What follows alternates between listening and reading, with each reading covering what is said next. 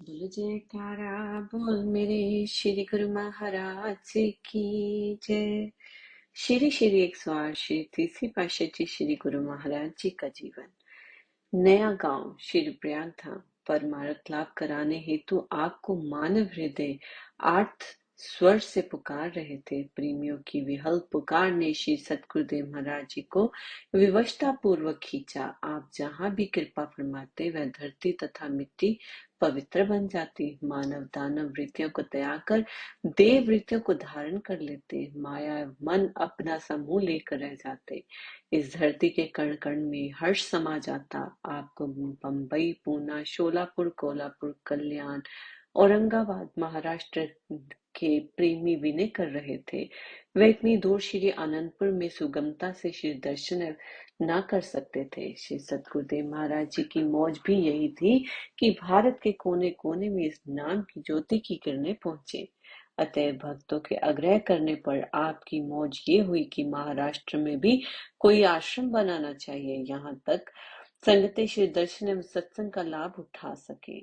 आपने अपनी हार्दिक उमंग तथा दिव्य दृष्टि से जिला पूना को सत्संग के लिए उचित क्षेत्र चुना और मौज उठी कि इसके आसपास की भूमि खरीदी जाए, यहीं पर ही आश्रम बनाए जाए, क्योंकि यहाँ का जलवायु स्वास्थ्य के लिए अच्छा है। आपने अपने सेवकों महात्मा अनमोल धर्मानंद जी, महात्मा दर्श प्रेमानंद जी, महात्मा सतगुरु सेवानंद जी को आज्ञा दी कि शोलापुर रोड पर किसी अच्छे स्थान को ढूंढो, आपस में परामर्श करो, फिर हम यहाँ पर जाएंगे। स्वयं श्री सतगुरुदेव महाराज जी पूना शहर में किसी स्थान पर विराजमान थे। सेवक जन श्री आज्ञा मानकर शोलापुर रोड की तरफ के रास्ते में जमीनें देखने लगे, क्योंकि बहुत दूर तो जाना नहीं था। पूना से 18 मील की दूरी पर उर्ली कंचन बसा हुआ है, इसीलिए वही जमीन देखने लगे। वहां पर इन सेवकों को एक भगत सखवत मल मिल गया, जो उपदेशी भी था और वहां के लोगों से परिचित भी। भगत सखावतमल की सहायता से उर्ली शहर के 1 मील की दूरी पर पूना की ओर सड़क के समीप उन्हें एक भूमि जच गई। वहां 4-5 कमरे भी बने हुए थे। उस भूमि के मालिक से मिलकर जमीन के विषय में सब कार्यवाही कर श्री चरणों में पहुंचकर सब वृतांत कहा। इसके पश्चात आप सब सेवकों को साथ लेकर उस स्थान के निरीक्षण करने आए। आपने फरमाया, अभी तो ये स्थान कुछ समय के लिए काम आएगा, लेकिन जो वास्तविक स्थान हमें जरूरत है उसको भी खोजना है। महापुरुषों से क्या बात छिपी होती है, वह त्रिकालदर्शी होते हैं, अपने सेवकों की सेवा बनाने के लिए ही रचना करते हैं। वह सेवकों को सेवा का अवसर प्रदान कर लोक उपकार का कार्य करते हैं। इससे सेवकों की गढ़त भी होती रहती है और साथ साथ उनके मन की अवस्थाओं की जांच भी होती रहती है। इसे खरीदने की आज्ञा प्रदान की ताकि यहाँ पर मारक कार्य आरंभ हो जाए। 5 सितंबर 1952 को उर्ली कंचन का ये स्थान खरीद लिया गया। यहाँ पर श्री सतगुरुदेव महाराज जी समय समय पर पधार कर सत्य उपदेश की पावन धारा बहाने लगे तथा साथ ही श्री दर्शन से जन जन को किरदारत करने लगे। इसके साथ साथ सेवा का कार्य भी आरंभ करवा दिया। बड़े बड़े कमरे, निवास के लिए भोजनशाला, सत्संग हाल, बगीचा, 4 दीवारी बनवाई।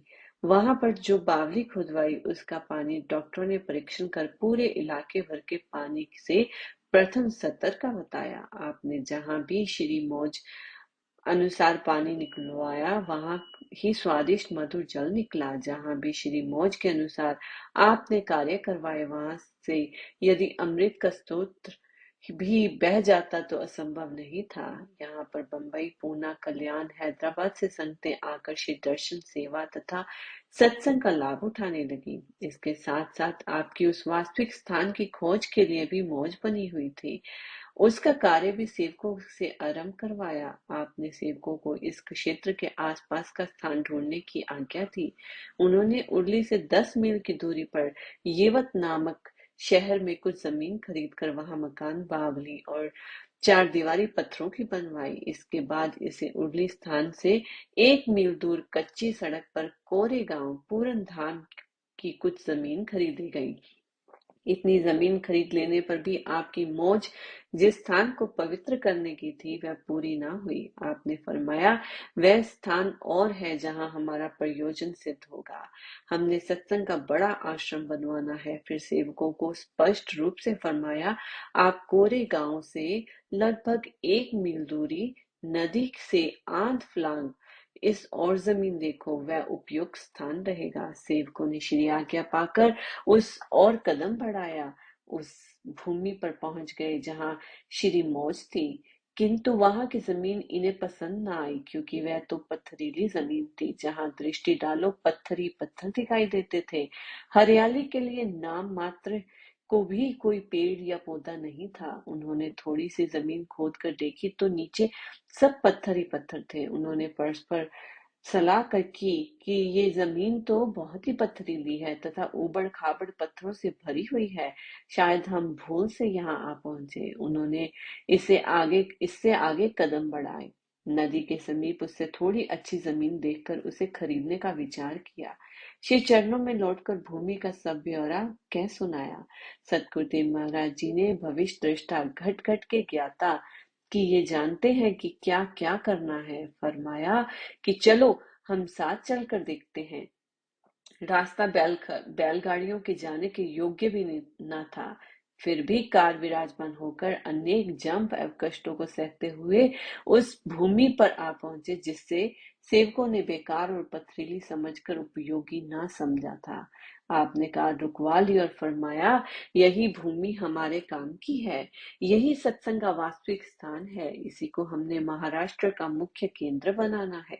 इसके लिए ही तो हमने इस स्थान खरीदे हैं। ये वास्तविक स्थान है। सभी सेवक चकित हो गए। इन बड़े बड़े पत्थरों पर मकान कैसे बनेंगे सोचने लगे। वे इसी सोच में थे कि सतगुरुदेव महाराज जी ने फरमाया, बिगड़े हुओं को सुधारना ही संत महापुरुषों का ध्येय है।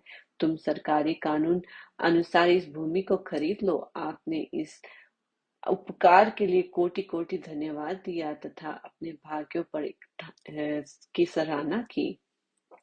सेवकों ने आज्ञा प्राप्त कर 24 जून 1957 को इस स्थान को खरीद लिया, जिसका शुभ नाम उस समय नया गांव तथा वर्तमान समय में श्री प्रयागधाम के नाम से विख्यात है। आप स्वयं उर्ली कांचन लौट आए। उर्ली कांचन का स्थान संतों के लिए छोटा था, क्योंकि आपने आगमन का समाचार शीघ्रता से महाराष्ट्र तथा आंध्र प्रदेश के सब श्रद्धालुओं तक फैल गया। प्रेमी जिज्ञासु अधिकाधिक संख्या में श्री दर्शनों के लिए आने लगे। आपकी मौज इस स्थान पर नया गांव में जल्दी विराजमान होने की थी। अतएव आप श्री आनंदपुर से काफी संख्या में सेवक साथ ले आते और सेवा कराते। इस बार भी जब श्री आनंदपुर से उर्ली कंचन पधारे तो 50-60 महात्मा भगत बस में साथ ले आए। एक दिन आपने सब भक्तों और महात्मा जनों को फरमाया, चलो आज तुम्हें एक नई जगह पर ले चला जाए। किसी का आना जाना नहीं है वहां पे, जो एक स्वतंत्र जगह है। आप सब लोग अपने अपने सेवा के औजार लेकर हमारे साथ चलो। आज हम आपको उस स्थान पर ले चलेंगे जहां सत्संग का मुख्य केंद्र बनाना है। वहां आज सेवा का आरंभ कर आश्रम का उद्घाटन करना है। सब सेवक बड़ी उमंग के साथ सेवा के लिए तत्पर होकर हर्ष से कार के साथ साथ चल दिए। मार्ग में गांव वाले उचक उचक कर देखते कि इस निर्जन स्थान की ओर ये दल कहाँ से आ गया।